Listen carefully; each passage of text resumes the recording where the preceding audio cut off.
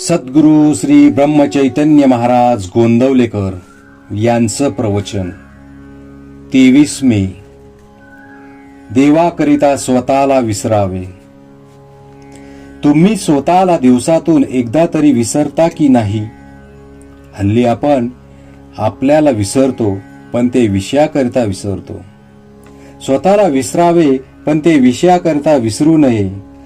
एखादे वेळेस असे होते की एखादी आनंदाची बातमी समजली म्हणजे आपण काय करतो हे आपल्यालाच समजत नाही. अशा वेळी देह भानावर नसतो हेच खरे.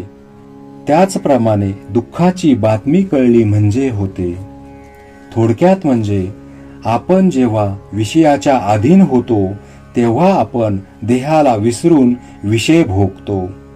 त्याचप्रमाणे क्रोधाचे होते.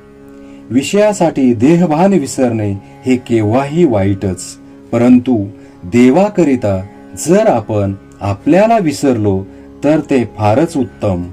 भजन करीत असताना देहभाव विसरून भजन करावे.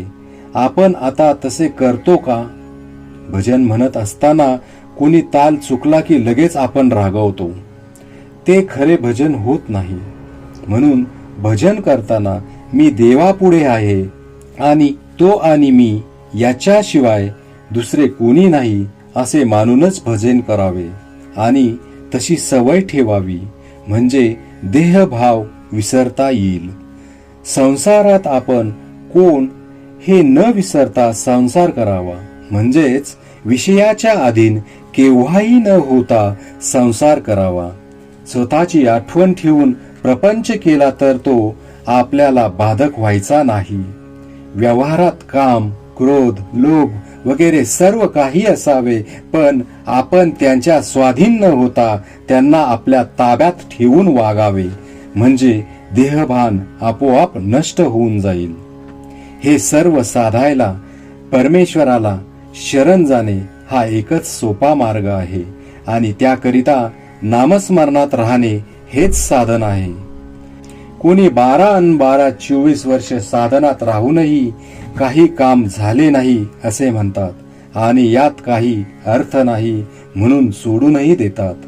तेव्हा अशा लोकांतच अर्थ नसतो की गुरुत काही नसते, तर आपणच याला कारणीभूत असतो हे पक्के समजावे. संन्यास घ्यायचा असेल तर बायकोला बरोबर घेऊन संन्यास घेता येईल का? त्याप्रमाणे विषय बरोबर घेऊन गुरुकडे गेलो तर गुरुची खरी भेट होईल का?